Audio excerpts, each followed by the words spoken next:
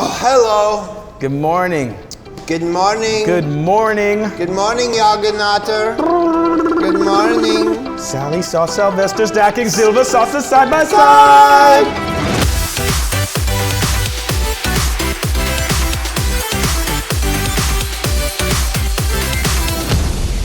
Hey everybody, welcome back. We're here with Community Group Curriculum. And Mark, we talked about yesterday, chapter 9 of Matthew, starting in verse 18. We see two major things happen in the story. And you had a really quick kind of sermon yesterday in Worship Sunday. But what was it? Really unpacked? Which was great. I loved the opportunity to just kind of marinate and sing and do communion and just focus in rather than just jumping into teaching. Absolutely. Just the experiencing God in a room with other people. Yeah. I thought I think doing that every once in a while is good for our church. Oh, for sure. And those worship guys did an unreal job, man. They were like 5 straight services, like of huge amounts of singing and leading and praising. Awesome. And it was, really, really cool, man. I was there at the 8 a.m. and at the 4 p.m. To see that. And those guys were just on point for all of it. So, man, just unreal hearts to serve. We're honestly a blessed church with the people that we have doing worship and music and leading us well. So, for sure, man. Absolutely. Exciting. But with that, with a shorter sermon, you didn't really get a chance to unpack some of the theology that's going on in here because there's some big questions. And so the first one I want to talk about, this woman comes to Jesus in a crowd of people and goes up and touches his garment. So it says that she's been bleeding for a certain amount of time, this bloody discharge, and so she wants to, if only I could touch his cloak, then I'll be healed. And so she does, and Jesus turns and stops and says this, he says, "Take heart, daughter, your faith has made you well." So can you just kind of unpack a little bit about that? Because this seems like it was her initiative. If she never went to Jesus, if she never touched, his garment, she'd never be physically healed. Is this talking only about physical healing in the presence of Jesus, or is this talking more even about a spiritual healing that can go on? And is that by us and our hand and our faith and our movement towards him? Well, good question. Two things. Your faith has made you well. There's this interesting thing that takes place where her faith, it's Jesus that actually heals her. It's the power of God that actually heals her. It's not faith by itself, projecting like kind of new age thought out into the universe and somehow faith in the universe or something. It's the object of it. Everybody has faith, right? Everybody has faith in something. Even if you're a straight up Darwinian naturalist, you have faith in a worldview. You have faith in ideas that you can't prove. And so the only question is, what do you actually project your faith in? What is the object of your faith?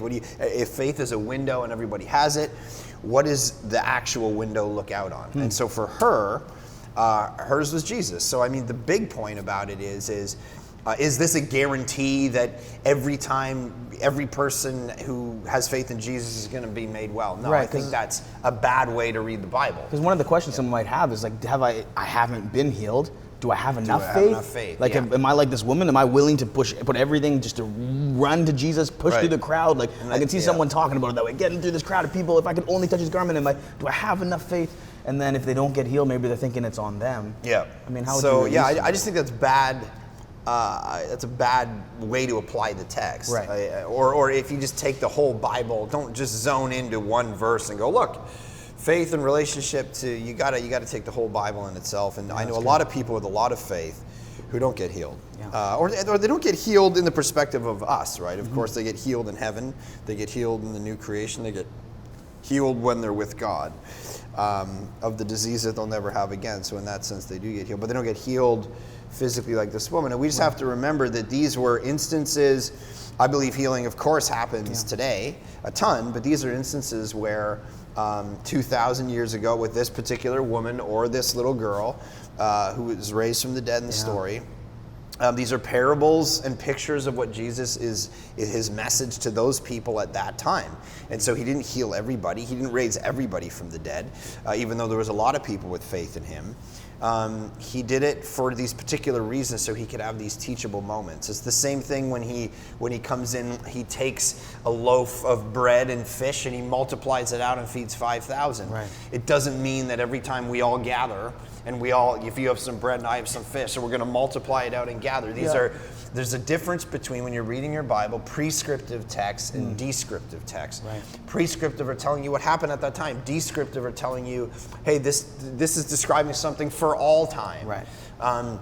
And so don't read the Bible like that. When you go and read Abraham and you go and read these stories in Judges and 1st and 2nd Samuel, and don't take them as, oh, if I just do this and I just do that, and look at this as a math equation, and it'll be just like the Bible. Right, like a recipe of faith. Sometimes there's these moments where something is just something because Jesus was trying to do something at the time. That's tweetable. Someone do something because Jesus was trying to do something. And that's just what it is. And so that's okay. Now, the point is have you put your faith in Jesus for healing? Yes. Absolutely. There's not guarantee, but that's the place to put it if you're looking for healing. And then, of course, the whole point of this is this larger. See, this is what scholars call a Matthean sandwich. Okay, Mark does it too, delicious. and those are it sounds delicious. There's also Markan sandwiches. They sound less delicious, but there's actually more of them. Oh wow! But anyway, if you do a comparison of the Gospels. The Matthew, Mark, and Luke are called the Synoptic Gospels, and then John is a different thing. And sometimes Matthew and Mark tell stories in a very interesting way. And Matthew tells, in this case, he starts out with the girl who needs to be raised from the dead. That's the piece of bread. Okay, the start of the sandwich. He's buttering the sandwich. All right. Jairus comes with a problem. My daughter's dead. What am I going to do? Yep. That's the bread. Then as he's walking there, there's this woman, and she comes into the picture, and actually Mark tells us that this daughter of Jairus, I mean, talk about levels, all right? There's a daughter of Jairus, and Mark tells us she's 12. Matthew doesn't tell us that, but she's 12 years old, all right? My daughter is dead, and she's 12 years old, so it's a girl, it's a daughter, and she's 12, something about 12, and she's got this problem of deadness that in Jewish culture was uncleanliness that would make you unclean, dead people. If you go, here's an aside, if you go to Israel and you go to the Temple Mount, I was there a bunch of years ago, Elijah is supposed to, in Jewish eschatology, Elijah is supposed to come back and be able to walk into like the east gate in Jerusalem or something, into the temple. But for a Jew, you're not allowed to touch dead people. So what Muslims did is they built a bunch of a whole graveyard outside of the east gate, so Elijah can't walk in because your foot can't touch a dead anything. Right. So you got to understand. Put graves underneath it is. Put graves in it. I mean, Elijah, of course, probably just float over it. But anyways, so the point is that a Jew can't touch a dead body, or they're defiled for a long period of time. Now, so we come back to themes now, right? Get the piece of bread with a daughter who's 12, who's got an uncleanliness problem according to the Old Testament law. Then as he's walking to heal her, this woman with an issue of blood for 12 years, long time. who also Jesus calls a daughter. He says, "You have been cleansed, my daughter," which is crazy. So it's like Jairus' daughter with the 12. This woman's now Jesus' spiritual daughter with the 12 years of problems. He heals her. Then he continues on and he gets to the dead girl and he touches her. So this woman with the blood problem would have been a defilement. She touches the tassel of Jesus, making him unclean. Then Jesus goes and he touches the dead girl, which would have made him unclean. So he's just taking uncleanliness all over the place, and overthrowing the whole religious system in that doing.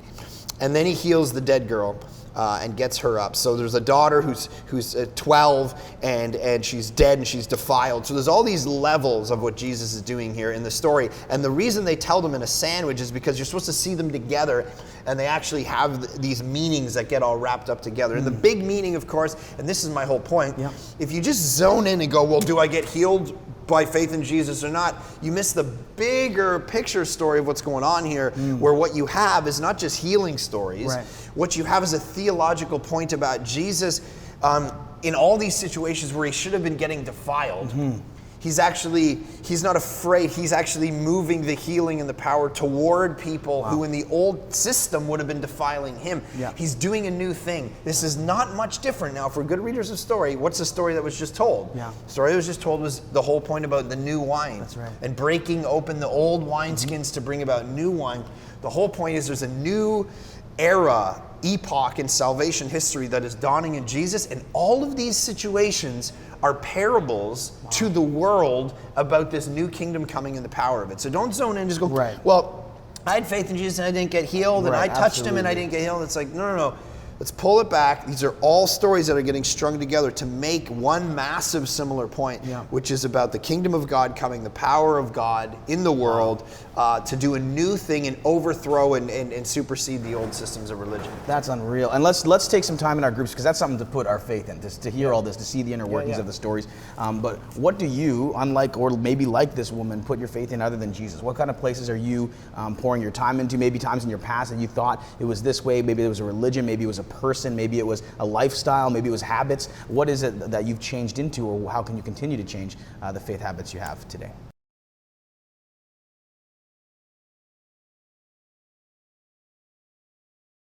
We have Pastor Cliff here with us. He was teaching at the 4 p.m. service, Village North. What's up, North? North Side. Do you guys have a sign for that yet? Like a kind of like a gang sign for North? No, well, I've created a hashtag. What's that? This is VC, capital letters North. I like it. You know, it's like you're yelling North. That's right. You do a little bit of yelling once in a while. I just yell. I don't mean to. You got the pipes for it, man. I'm a You yeller. have like Spurgeon lungs. That's you right. You know, 10,000 people, no microphone. They could still hear you. I remember actually one time at a baptism.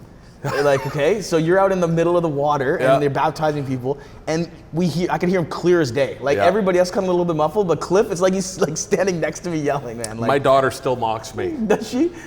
This is Cliff. Oh, yeah. I'm a yeller. That's right, totally, man.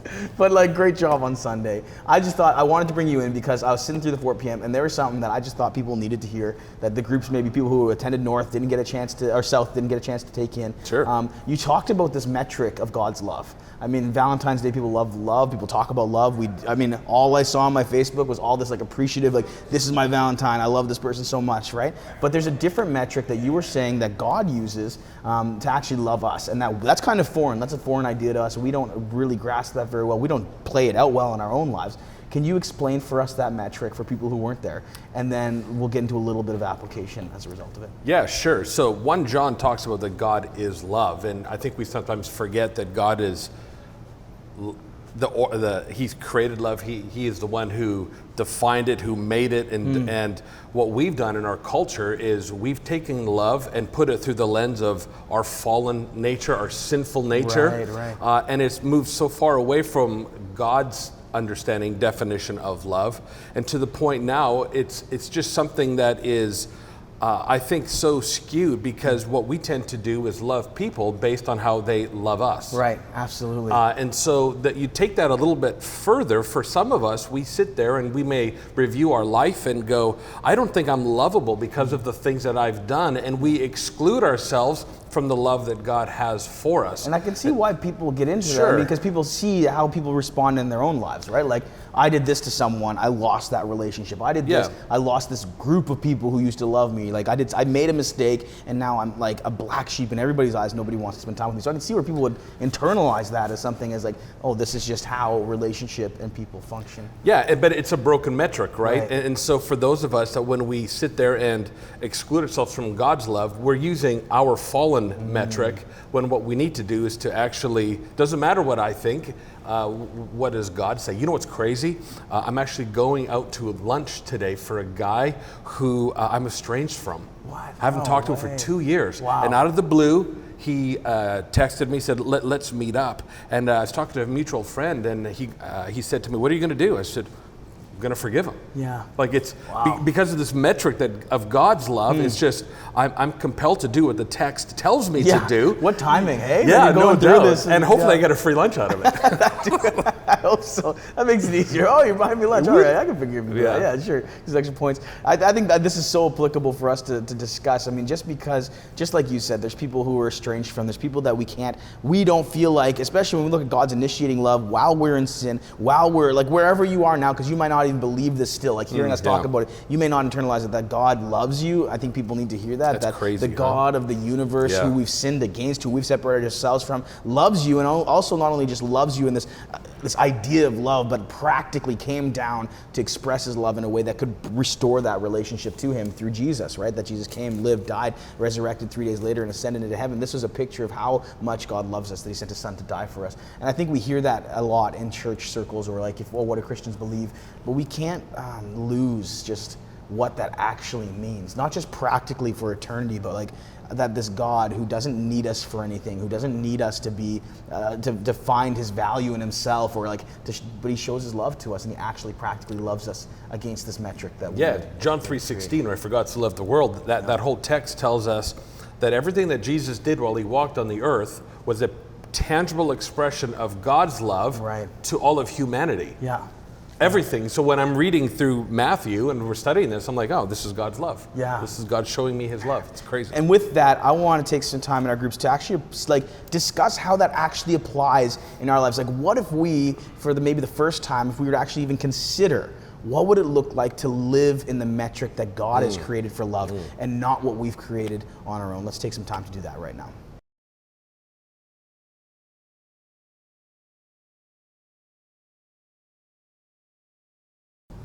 One of the craziest and scariest lines in this whole thing is the ruler who comes and says, my daughter has just died. Like, I have kids. To be in that place, to have just needing 3 daughters that connected with me. Dude, like, but then something one of the worst sentences in the whole Bible. To hear that and to put yourself in that. But then we move through and we read this story and we see Jesus go and take her hand and bring her back to life. We see that through our lens of being dads, how great that is to see her come back to life, resurrection. Like, if we were in that situation, that's exactly what we would want. Absolutely. Can you, though, explain for us in their context, what did resurrection mean? You had just touched on the last question about how Jesus was actually defiled by touching her. But in the whole narrative of Jewish culture, of where Jesus was, what is this idea of resurrection? And how did they respond to seeing now, for another time, that Jesus is now resurrected? Somebody in this story. So really important idea is when Jesus goes and raises someone from the dead, and it's pretty rare. You have a couple instances in Luke, maybe 1 or 2 instances in Matthew, Lazarus in John. So there's little. He doesn't do it all the time. No. Here's what they would have seen and understood at that time in Greco-Roman philosophy. People didn't believe in resurrection from the dead. This is really important because, of course, Jesus is walking around in a culture that's run by the Roman Empire. And so when he did something like this, how did it ripple out? We just read it, we're like, resurrection. How did it ripple out? How did it subvert? How did it challenge? So in Greco-Roman thought, resurrection was not something that happened.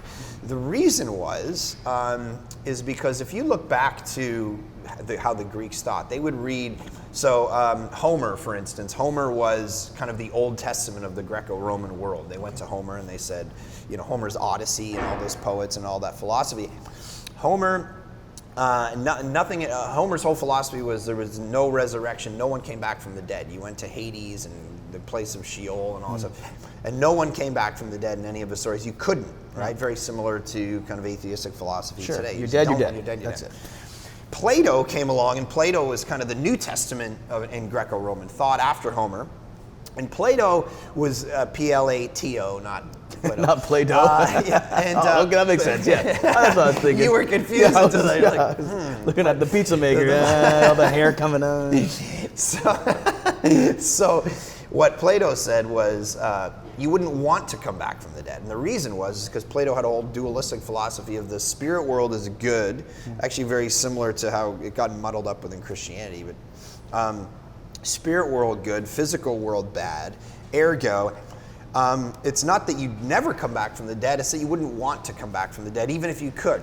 Because once you've moved into the spirit world, these bodies are just like bad, crippled messes, and you got to get to the real world of the forms versus this world. So you want to be there. You want to be in the spirit world, that's where you've arrived. There is Homer and Plato, there is no coming back from the dead. Even if you could come back from the dead, you wouldn't want to come back from the dead. Now, that's Greco-Roman thought. Now, what is Jewish thought? Jewish thought is the idea. Sorry, someone just came in and I waved at them. Jewish thought. I'm very distracted. ADD type person. Okay. All right, we have Homer, we have Plato, we have Jewish thought. Here we are. Squirrel. So you have Jewish thought, Old Testament thought. Which, if you read through the Old Testament, there's something called progressive revelation, which is that if you go way back to Genesis, you have very little understanding of the afterlife in the early parts of the Old Testament. It's like you die, you go into the grave. Then as Old Testament thought begins to develop, there begins to be more of like, I think there's a heaven and a hell, and there's a spirit, this and that. And then as the prophets start to speak, there's this whole philosophy of resurrection from the dead.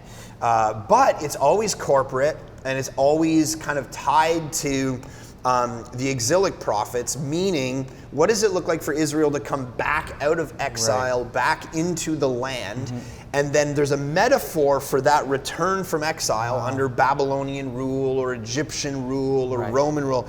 There's this metaphor that how do we theologically informed, how do we tell the theological significance of this return? Right.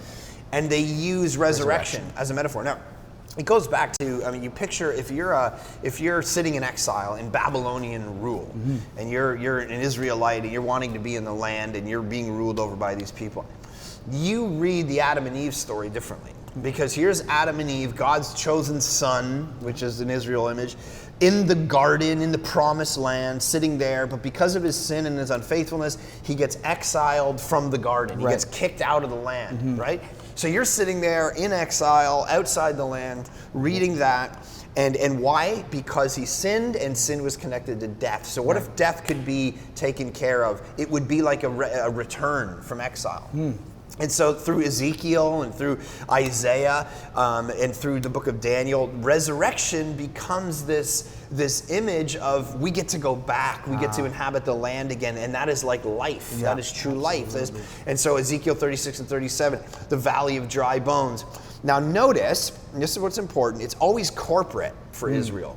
It's never about one individual person rising from death in the middle of time like a zombie walking around going, I used to be dead. That wasn't an option. It was all Israel at the end of time will be risen, the bones will be raised, the skin and the sinews will be put back on, and then God will breathe his spirit into them in the context of a new covenant. Covenant will be renewed, Israel will be restored. That's what resurrection was all about. Then Jesus shows up. I mean, there's a couple little resurrections through the Old Testament. Little, a prophet will go and raise a guy from it. Very, very, very rare. A couple. And so this whole corporate image. So then Jesus starts to do it, all as little Easters, right? Little anticipations of the ultimate resurrection. And the distinction here is this is almost like a prelude to what he's going to do himself, rising from the dead, which will change history and change the world. But the difference is every time he heals one of these people, the little dead girl and Lazarus and the little people, the people that he does, they're all like, as one scholar says, they're almost like resuscitations. These people died again. But with Jesus, these are anticipations of what he will do when he rises, but he will rise and never die again. He goes to the state of glorification, which is the prototype for what's going to happen with all of those who believe in him. And that's where I think for Christians, we need to take a story like this, develop really good resurrection philosophy and theology, which basically then says all that to say, here's practically where it goes. I mean, I think there's a bunch of practical implications around our hope when we've lost loved ones. Jesus is going to renew and restore all things. He's going to make all sad things untrue. He's going to, do all of those things. And that's good. But I think as we talk to people about salvation, as we talk to people about the future, as we offer them salvation, one of the things that we have to rethink is how we present what their future is going to be. It's not going to be a disembodied heaven. It's that heaven at the end of Revelation comes down to earth again. And there's a rejoining of heaven and earth together, a re-embodiment, a re-physicality. As N.T. Wright, I had to read this book for a lecture I did in college. My teacher came to me one day and said, here's what I'd like you to do. I'd like you to read this book, which is 800 pages, and then I want you to give a 3-hour lecture to our school. Oh, great. And so I was like, what? No. And he's like, I'm not asking. So that's an awesome prop, though. It was. So one of the things N.T. Wright talks about in this book is he says there's a vision of life after death. Resurrection is a theology of life after death. And so there's two phases. There's life after death where we go to heaven or hell, paradise, or Hades.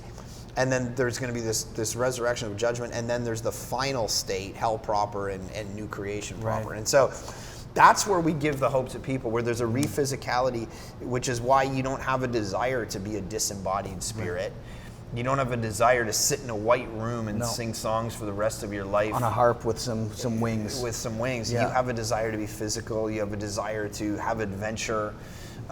You have a desire for the physical because God made the physical. It's not Platonic philosophy. Mm-hmm. It's not Plato where it says physical bad. Mm-hmm. Actually, God made it and he saw all that he made and it was good. So anyway, all that to say, it's a lot packed in there. But the point is as we think about our own future and we pitch the future to other people about what they want to do, why believe in Jesus? What is the future hope for them, the preferred future? It's a physical future, and I think there's something beautiful in that for people to grab a hold of. Certainly. Let's discuss that in our groups now.